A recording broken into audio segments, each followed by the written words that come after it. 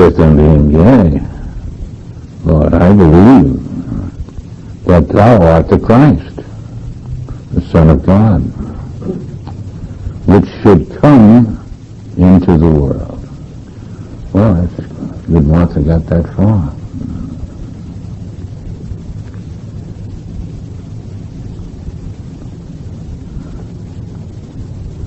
Now, so far, Jesus has established that when Christ is understood, that is impossible.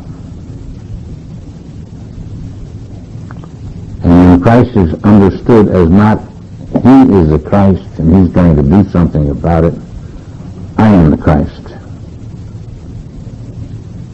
Whether I look like him or not, whether I act like him or not,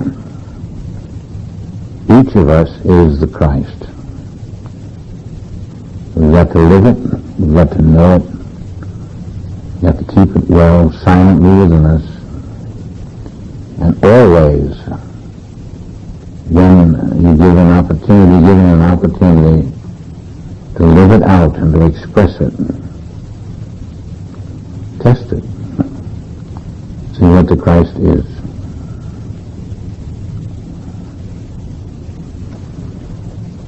That's a challenge that we all should meet.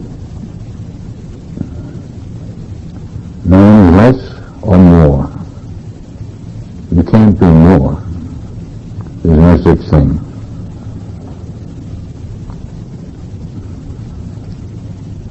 That's only Martha.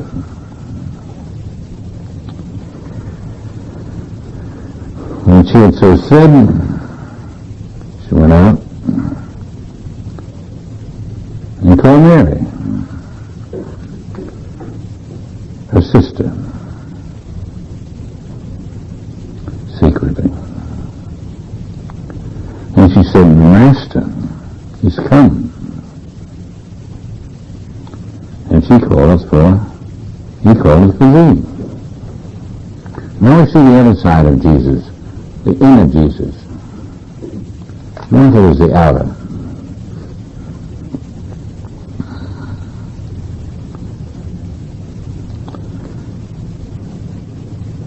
When she had so said, she went away, called Mary, the Master is come, and called for thee. And as soon as she heard, she arose, quickly came unto him.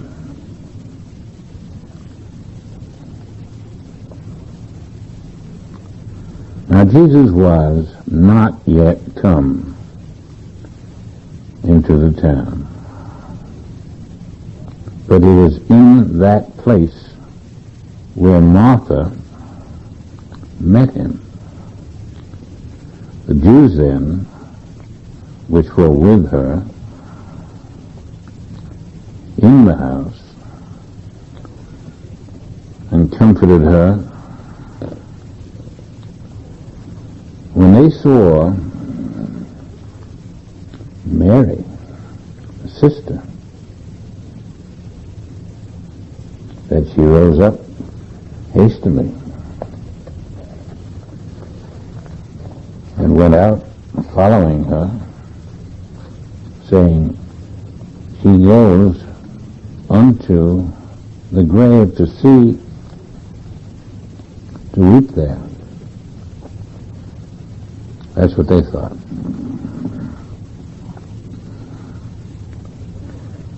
And then when Mary was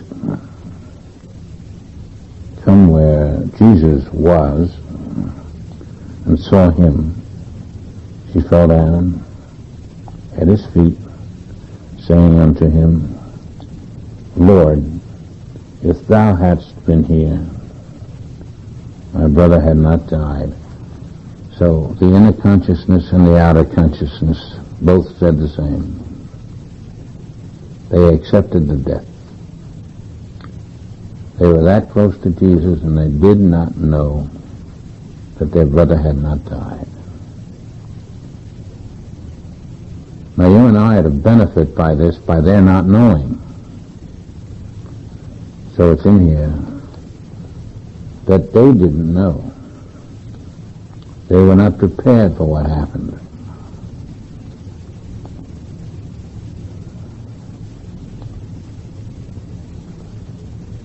But Jesus therefore saw her weeping.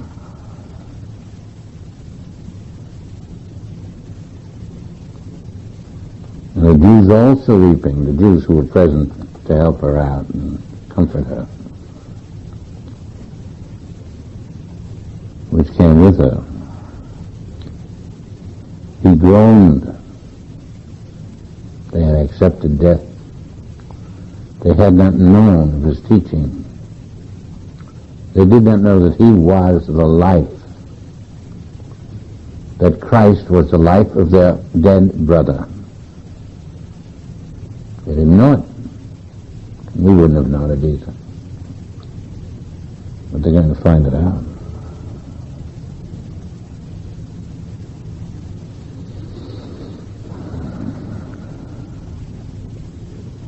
Groaned in the spirit and was troubled. The world wasn't yet aware of the significance of Christ, of the omnipresence of Christ, without opposite. In the 17th century, the 16th, the 15th, the 14th, none knew, right up to the 20th, that Christ was all that is alive on this earth.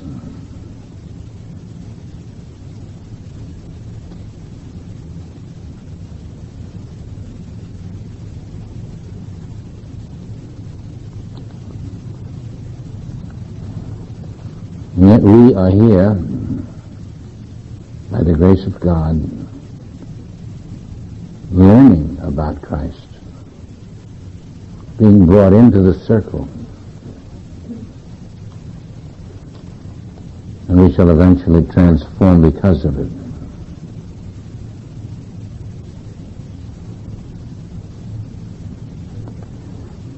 And he said,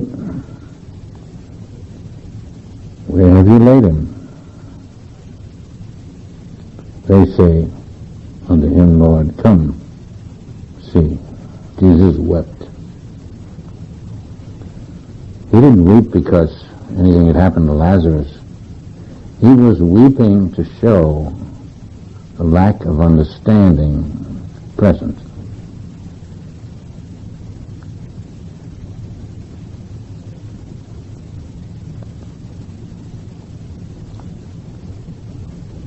Then said the Jews, "Behold how he loved him." He did. Some of them said, "Could not this man, which opened the eyes of the blind, have caused that even this man should not have died?"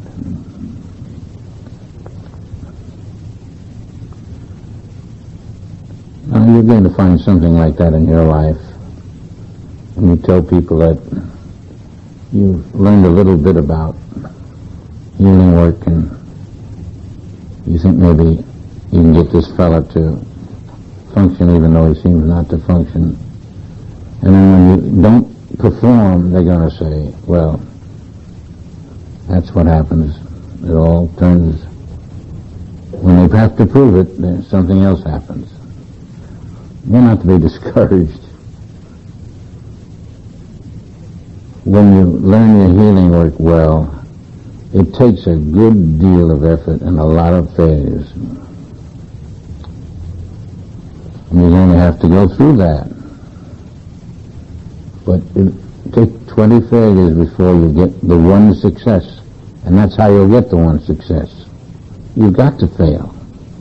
You've got to find out what I did wrong. You've got to fail next time to find out what I did wrong. You've got to fail and fail and fail until you're so desperate that you do something you never thought of doing. And it works. And you say, "What's the secret?" And you found in the excitement that you were looking for life as it is. You were seeing the truth. You've got to have these failures to succeed, like anything. Don't be discouraged by them. If you stay with it in less than a year, less than 6 months, you'll be a big success. And then successes follow success. I don't say everyone has to be a practitioner. But if you want to be, if you feel the calling, and if you respond to the calling, learn the absolute truth.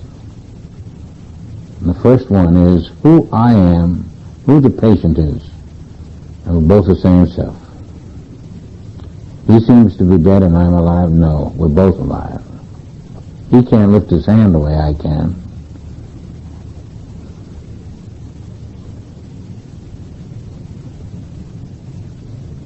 I think there are more good practitioners around than meets the eye. If they have courage and faith in themselves, that they have learned their lesson, it's got to work.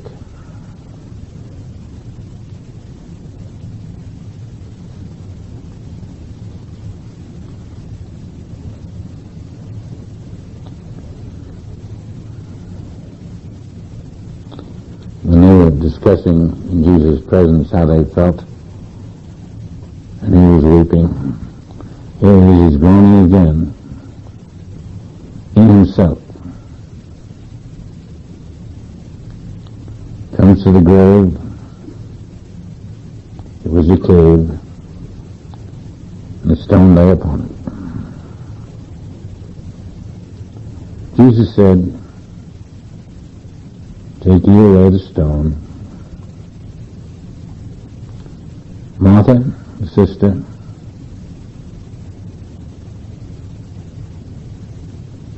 of him that was dead, saith unto him, Lord, by this time he stinketh, for he hath been dead 4 days. And that's what Jesus wanted. That's why it took those extra 2 days. Nobody would accuse him of getting a fellow who hadn't really died and then bringing him to life. So he had to give him 4 days to die. He took 2 days and got away. Now it was 4 days. Jesus said unto her,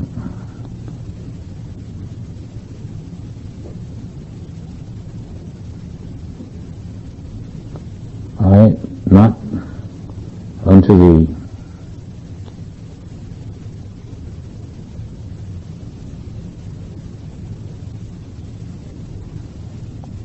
if thou wouldest believe.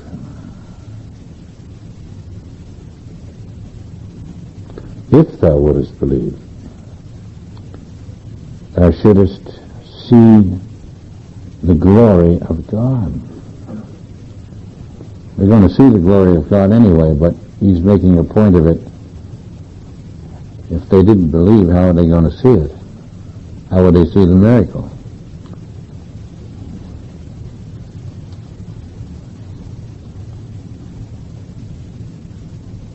Then they took away the stone from the place where the dead was.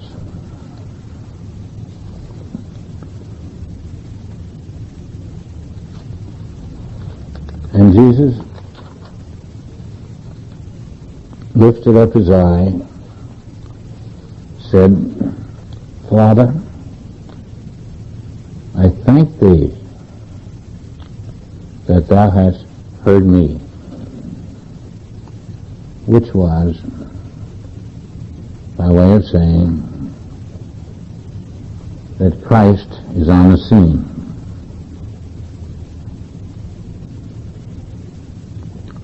Christ is always on the scene. There's no one who knows it, though.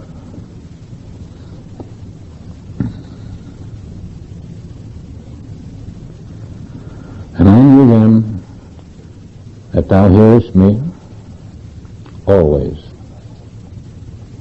But because of the people which stand by,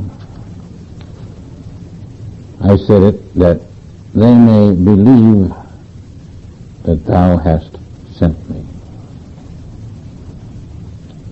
Now all through the Bible you're saying he was sent.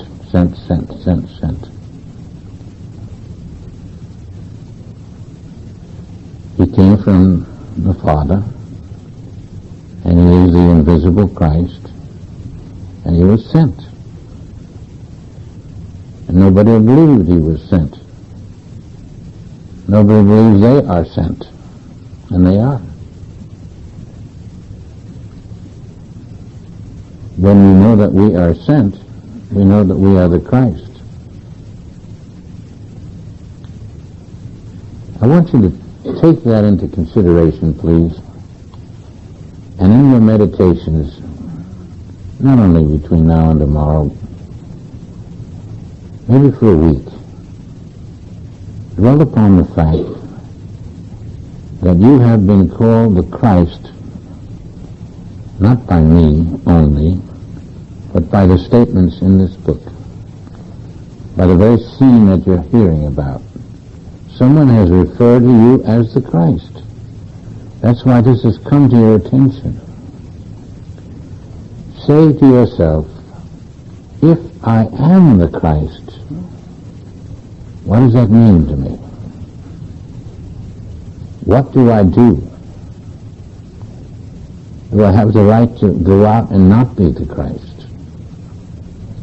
How will I change how I act before people?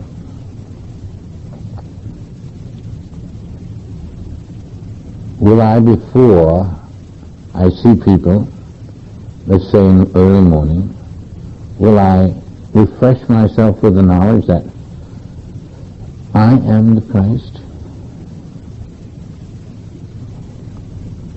Will I go through a day being someone else, a person, a mortal? Suppose I had done this for half a year. Would I not have seen some miracles? Would I not have an invisible power that people would not know about? Would I not believe certain things that I may not believe at the present moment? I'm not asking you to do an exercise. I'm asking you to know who you are. I'm asking you to become aware of your identity every day. Not to keep reading about it. To know who I am. And it may sound stretching a point, if my friends knew it perhaps, but I'm not telling anyone what I am doing. I am knowing the fact that the Christ is who I am. And I know that the Christ is who she and he and all the rest of the world is, but I'm going to practice that I am. And when I get far enough, I'll start practicing that he is. And I'll act accordingly. This is how you get into the rhythm that brings you into the fifth world. You got to do something about it. It doesn't happen. It isn't happening just because someone wound up the world a little bit. It happens by your efforts. If you want to move into the fifth world, you have to do it. And you do it by knowing, I am the Christ today, and when I wake up tomorrow, I am the Christ tomorrow, and every day thereafter, and you keep doing this until it's ingrained. And then you realize, what? I am the Christ. I don't know why it took so long. Everything is telling me I am the Christ. you're going to find that when you believe it, when you know it, things happen differently to you. Christ's power expresses in many ways. Eventually in all ways. How about starting that right away? Let's say I don't know what this means to me exactly, where it's going to land me, but I find through the Bible that I am the Christ. Well, I may not do something about it, but I know it now. And I carry it with me, knowledgeably, at the forefront of my consciousness. The Christ is I.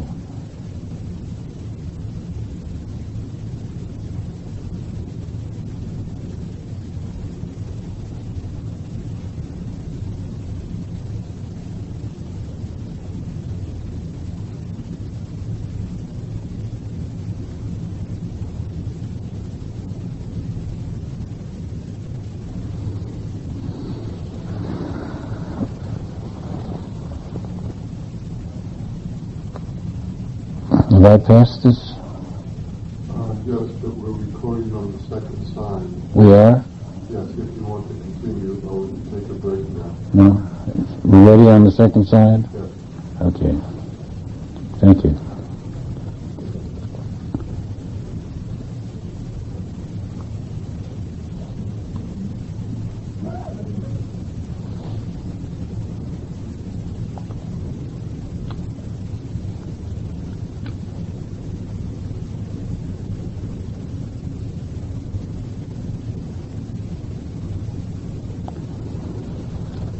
When he thus had spoken, he cried with a loud voice, Lazarus, come forth.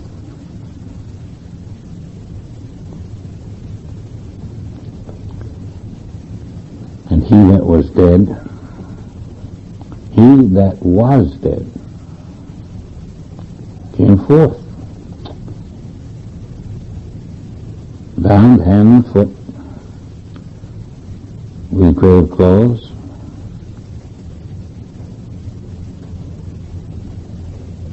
and his face was bound about with a napkin. And Jesus saith unto them, Loose him, let him go.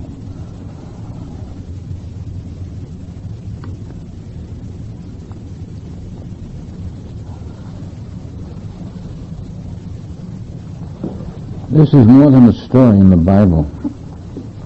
It's so infinitely more than a story in the Bible.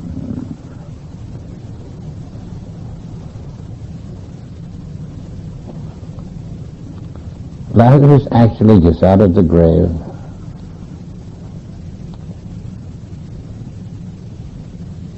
The disciples, of course, they were pop-eyed by this time. They had seen a man come out of the grave. And people, they didn't know what to think. This was a magician.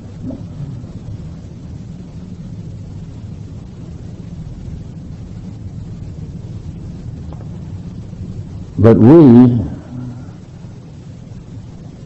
I hate to use the term human race, mortal race, but we, the disciples of Christ, we'll say it. We were looking on, and if we needed any convincing at this point, if we believe what it says, then a man stepped out of the grave.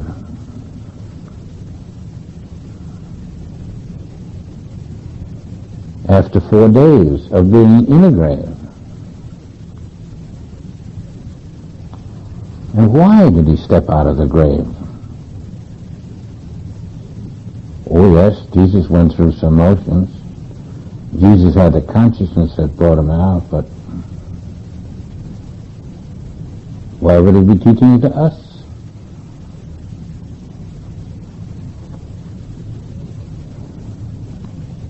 Suppose one day a man comes to you and he tells you that his brother has died.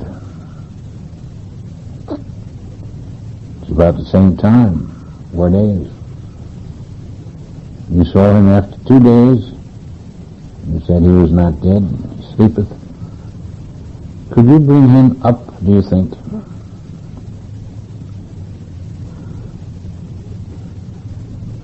I think our goal should be, I can.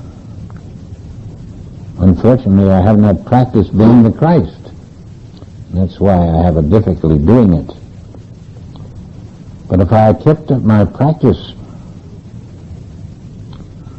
I say assuredly that I could.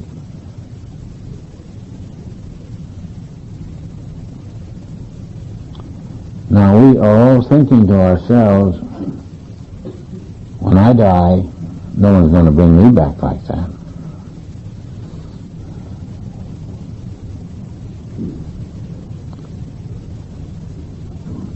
But he's bringing Lazarus back because when you die, someone will bring you back like that. There's a precedence.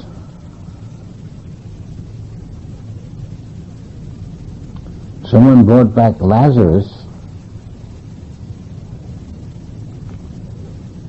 and there's going to be someone for everyone to bring back everyone who dies.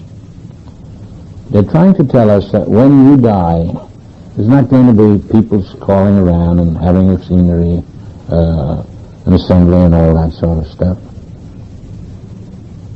You will be alone. Maybe just another thing to the people who go through with it. When you die, something is happening in you that must be borrowed from this scene here. Something will happen to you that will make you feel, I am being resurrected by some unseen force. And you're going to come out as a minute-year-old baby, and then a month-year-old baby, and then a year-old baby. There won't be all this fuss about it. But you will have resurrected. And in your rebirth, from that state which is called dead, from your sleep, to the next state of being a human being, it will just happen. It's happening all the time. And then one day, you'll be ready for your 5th day. And you've had 4 days. You're in the 4th one now. And this is such a gigantic undertaking. It's an automatic undertaking. We all go through the 7 days. Some of them take about 500,000 years a day, then we get the next day and so forth. But this is an opportunity to see that someone went through this. You have never noticed that someone went through it when you read the Bible. You're wondering, where are they proving that life continues? Right here. Right here.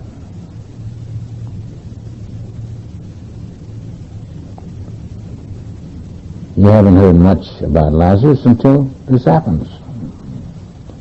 And so what they're saying is, it can happen to anybody.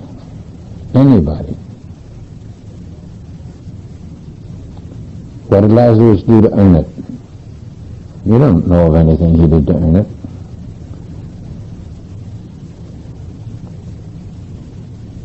But the Master is there to show that all you've got to do is be yourself, accept what happens to you, and know that I will come forth a new man, a new woman. My life is eternal. All life is eternal.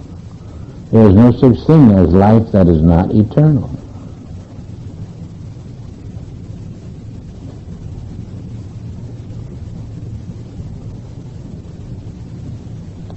We find in the next chapter that Lazarus is alive.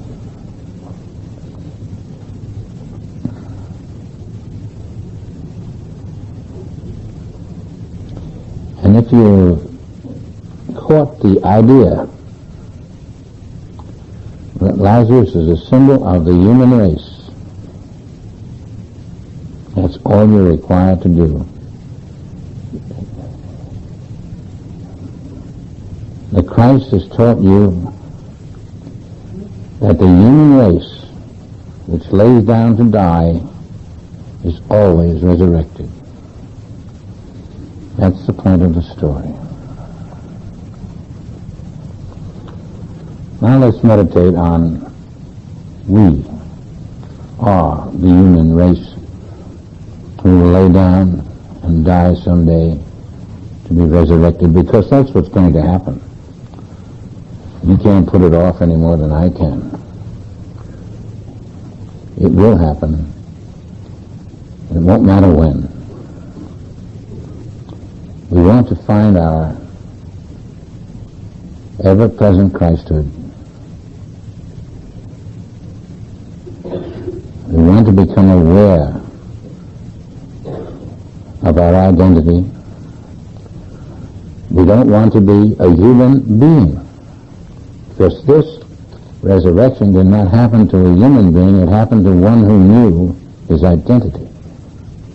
And you must know your identity.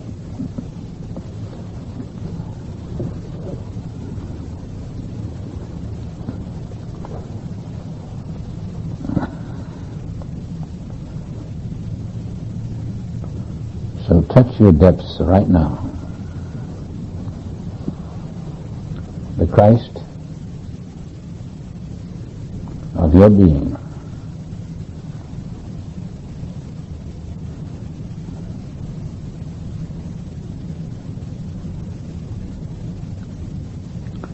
Will be buried. And that will only be the mortal shell that will be buried. The Christ of your being, the infinite self that you are, is always present and will raise up the dead.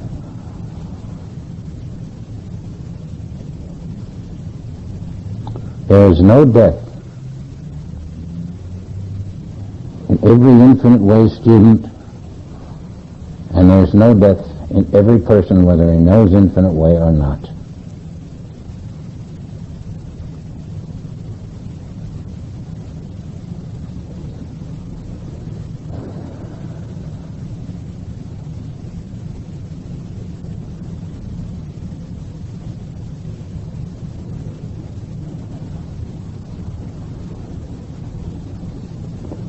You could, if you wish, make a pledge to yourself.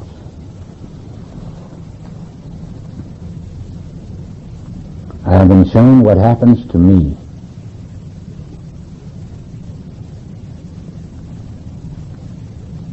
The Christ of my being will rise. I will be another form, another life, another appearance, until that day when I can graduate into the eternal self. And that's what I'm heading for. The eternal self.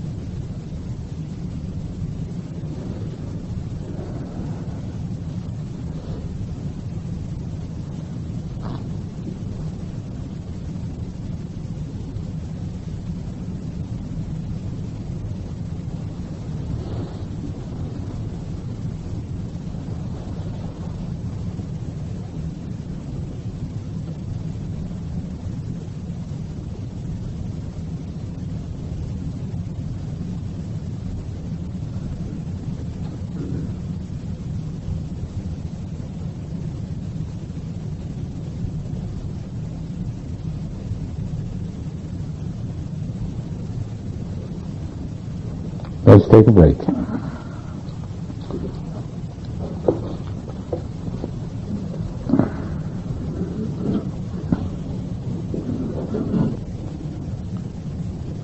I hope this is a lesson that is remembered without ending, because it's the story of your life at a certain point. I don't know if this will be your 169th resurrection, or your 212th, or your 5,803,976. But it's going to be one of them. And at this point, we are a little smarter than we were before. The last time we just died. And when we came back, we didn't know it. Our parents raved about us. They had come back, and we didn't know it. It really is kind of a pathetic thing to see that the human race they've been kept in the doghouse about who they are. And I don't know who to blame. I can't blame anyone in particular. But there are a few good souls who have labored mightily to get us to the point where we could understand what Jesus was saying. I know he labored mightily to get certain things to us. Thank heaven he got this revelation of John, and there's a lot to be said about that hasn't been said. But if we can joke about it, because it's better than crying about it, we see that all of our labors they're in vain if we haven't got the main labor to build our self-knowledge. You can become a great success and be the president of 10 corporations and all that, but without this knowledge, you're making your children unhappy, and you're making your wife unhappy, and everybody gets unhappy, and especially the fellow who's dying. And we have an opportunity now to be behind the scenes and to know the truth of what happens. We'll thank Lazarus. That's why he's in this Bible.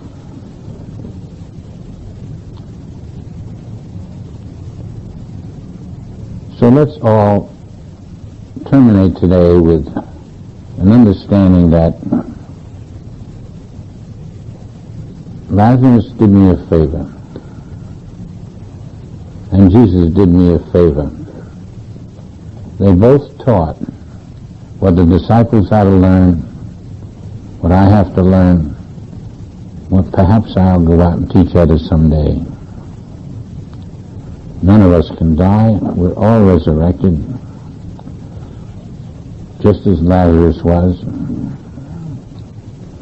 He didn't have any good connections better than mine. He didn't know anybody especially. He was raised because someone had to teach us, someone who was so inspired that he had broke through all of the barriers to Christhood, had found his own Christhood, and could teach us in this manner that everybody can find Christhood. Someday it's going to be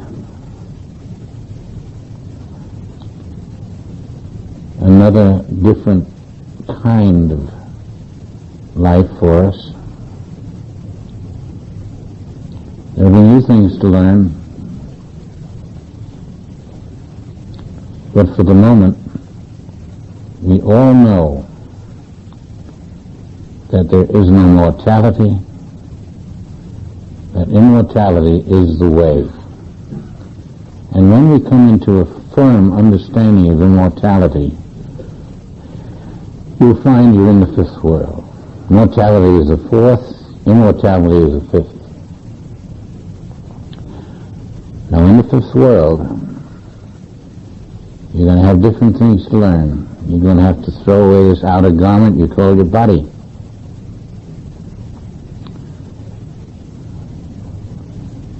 That's quite a tussle that we have to go through.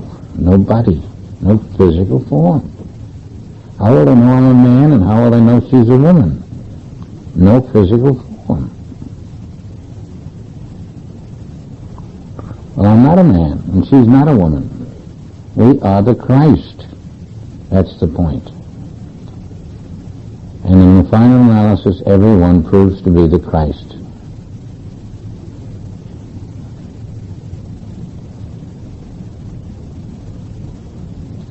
I think I want to make inroads on our daily life so that we can face it with a little different understanding. I don't care what happens tomorrow or the next day or the next. I'll be what I am, always. And maybe it'll look bad for me in some respects, it'll look good in other respects. But I'll be who I am. I can't tell anybody. But I'm hoping that the people around me know who they are. They will all know who we are.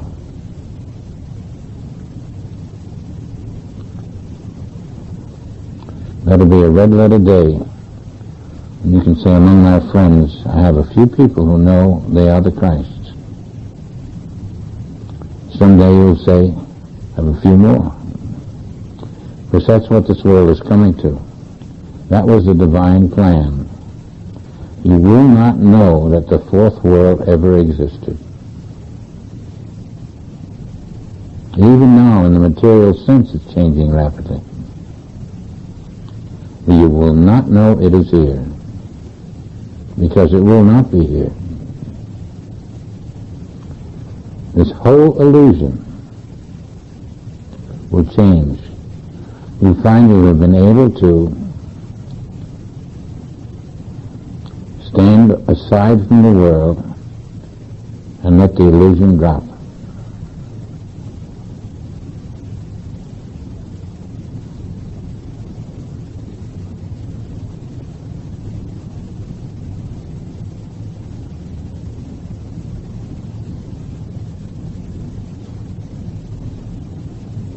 Now, it doesn't matter if you're poor or rich, happy or unhappy.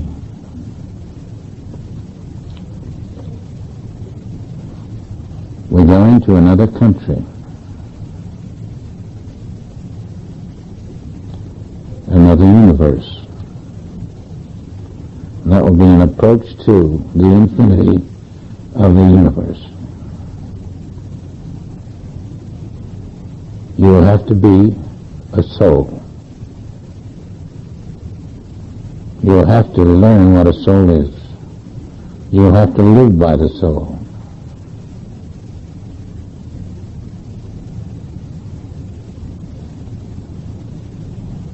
It will be exactly as your mind is, only it will be a soul. It will have different powers.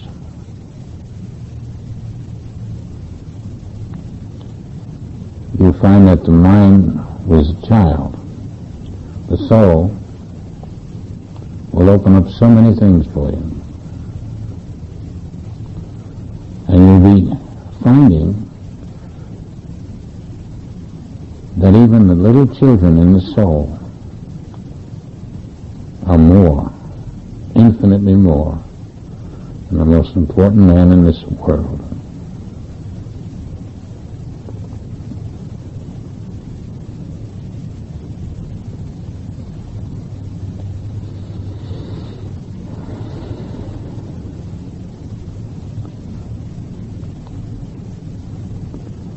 I know we took up a lot of time in the first half. Ran over about an hour and 45 minutes.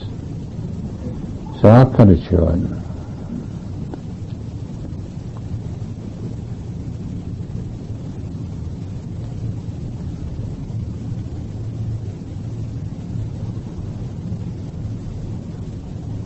These things have to be thought of, dwelt upon. You have to recapitulate what happened tonight. Do I believe it? What changes will it make in my life? We're going through a rapid change. And the change is coming very quickly because I didn't order it, but it's coming from the infinite. We are making changes rapidly.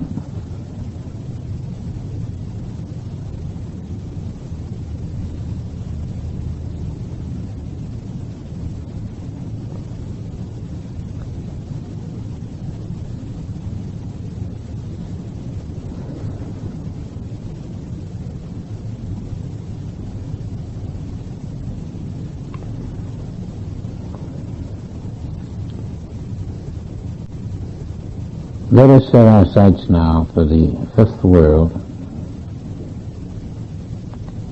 It will be upon us as soon as we have clarified who we are. And you'll be amazed how long it takes to reach the realization that you are the Christ.